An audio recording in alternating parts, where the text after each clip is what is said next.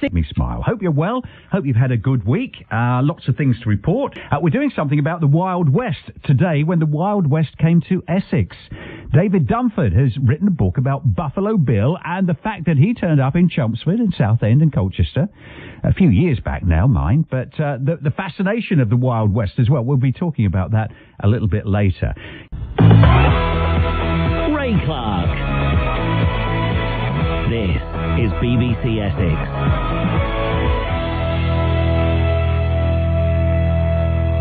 Hello, thank you for listening. It is Ray from now through until 11. I want to talk the Wild West now.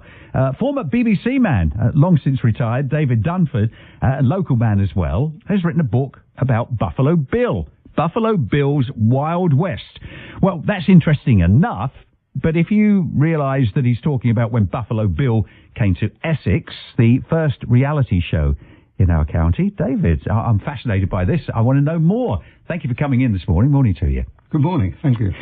So what lights the spark then for you and Buffalo Bill? I mean, why write a book about Buffalo Bill? Well, a couple of years ago I was writing another book about the history of horse racing in Chelmsford, and I was going through the Essex Chronicle archives and I came across an advertisement for Buffalo Bill's Wild West show in Chelmsford in 1904.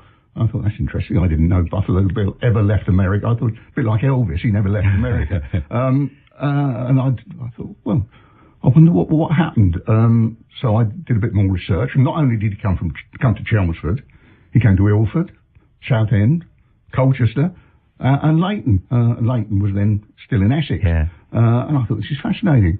So I started doing a bit of research. There aren't actually that many books written about Buffalo Bill in this country, but there are one or two, and there's a lot of stuff in the newspapers. But everybody knows the name, even if you don't know what he did. You know, we've grown up knowing about Buffalo Bill, William Cody, and you know, most think, well, wasn't he something to do with the Wild West, and he must have been one of the goodies, and he must have won lots of battles, but that's about it, isn't it? Yes, well, he was. He was, he was born in Iowa.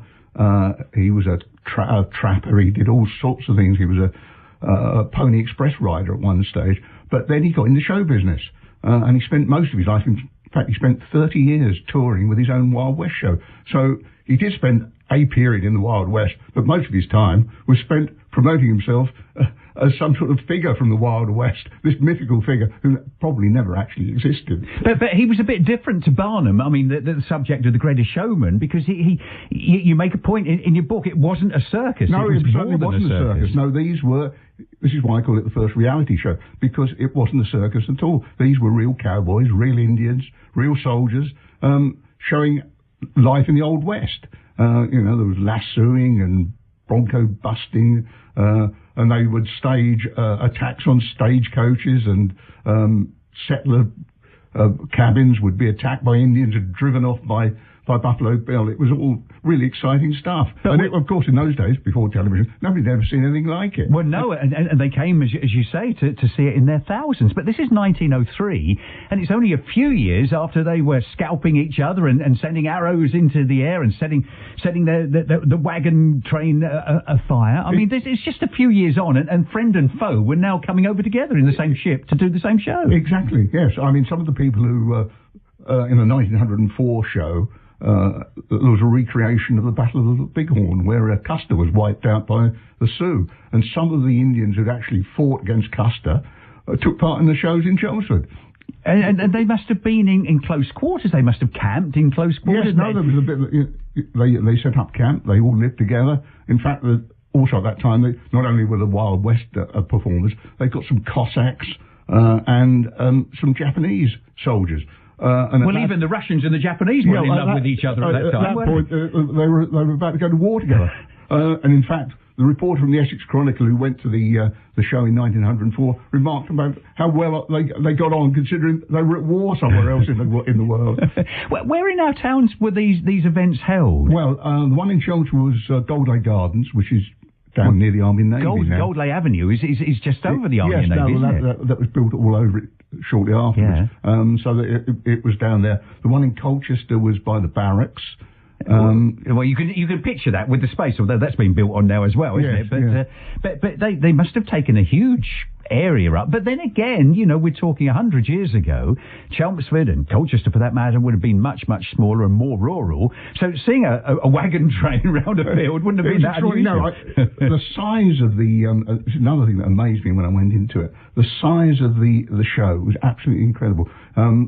It took 3 special trains to transport it around the country.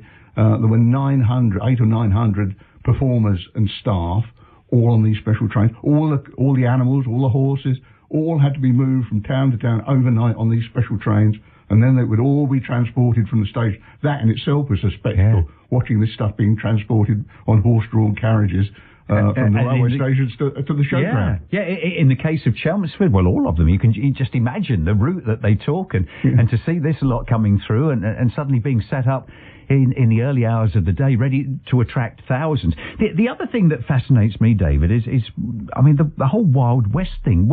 These were Victorian times as far as we're concerned, and America still seemed to be sorting themselves out and seeing where they were going and developing the country. I think that was part of the attraction. It was something that people really didn't know anything about in those days. And it was the start of a whole obsession that's gone on for the best part of a century with the Wild West. Even a few days ago, I noticed there was a computer game based on the Wild West being advertised on the television. So this was really the start of it. Buffalo Bill really started our century-long obsession with the Wild West. Wow. And when you were a little boy growing up, did you play the game of Cowboys and Indians? I played Cowboys and Indians, certainly, yes. Yeah, who wants a game of Cowboys and Indians? Put your headphones on, if you will, David. We've got something that might well interest you. This is Martin from Chelmsford, who's just got in touch. Morning, Martin. Good morning. Good morning. David's listening, and I'm interested. In fact, I'm fascinated with what you're going to tell us. So tell us your story. My father was born in 1892 in Southend, and he told me that he saw Buffalo Bill when he came to Southend, and he also saw a pioneer aviator called White that did a air show down there. But he actually saw Buffalo Bill when he came to Southend. Did he go into any detail, Martin, that you can remember about what else was there? The show, the Indians, the Cowboys? Not really. It was about 50 years ago that my dad told me this, and I don't remember too much. But all I do remember, in all, you actually saw Buffalo Bill. Amazing. Lovely. Martin, thanks ever so much for getting in touch, and a great story. And that's what makes the book so much more interesting, because it's out of our memory. I mean, Martin there, just remembering what Dad had told him. No, it's all second hand now. Nobody was there at the time, which is why we've largely forgotten it, I think. Talking about Southend, in the local paper, they report the fact that the Cowboys and Indians in full war paint were wandering the streets, caused a tremendous fuss, a tremendous amount of interest, and people gathered at the station at 5 o'clock in the morning to watch them arrive. And having never seen anything like it, and just read the reports in the newspapers, these were aliens in all sense of the word. They came from a different country, they had a different style of dress, of behaviour, just not what you'd expect to see walking down Southend High Street. Yes, I mean, it was like people landing from another planet, because no television, no internet, nobody knew what the rest of the world looked like. And there they were, suddenly in front of you. It seems, and Martin touched on it there, that we used to be open to bigger shows like the flying air shows and the spectacles, and I know they try and do it now with the Red Bull stuff and the stunts and all that, but it's a time that can never be repeated, because all this stuff had never been seen by people before. The size of this show was absolutely extraordinary. They had a mobile arena which they carried around with them that could seat 12,000 people, and quite often 12,000 people turned up. The Chelmsford show, for example, they did 2 performances, one in the afternoon, one in the evening. The evening show attracted 11,000 people, and the total population of Chelmsford at that time was only 12,500. thousand. So Amazing. it was more than nearly the population of the entire town turned up. Amazing. David Dunford and Buffalo Bill's Wild West, the first reality show in Essex. Talking of Buffalo Bill's visit to Leighton, as David said, was then in Essex, Southend and Colchester in 1903, and Chelmsford and Ilford, then in Essex, in 1904. Where do we get a copy of it from, David? It's available online, or you can order it in bookshops. Okay. Buffalo Bill's Wild West, it's called. David Dunford. David, thank you for coming into BBC Essex today. Thank you very much. Thank you.